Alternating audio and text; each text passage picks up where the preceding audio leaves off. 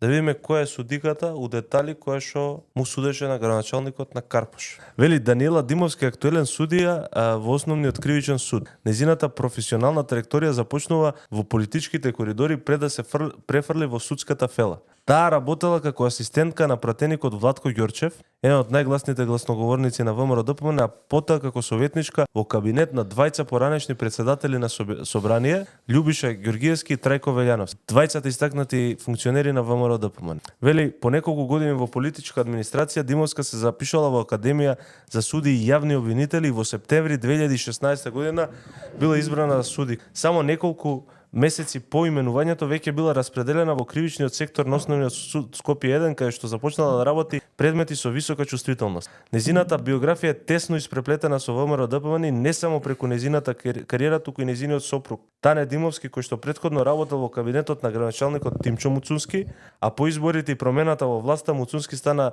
министер за надворешни, а со него заедно во Министерството за надворешни работи почнал да работи и Тане Димовски, кој што е дел од неговиот кабинет. Кадија те тужи, кадија те суди.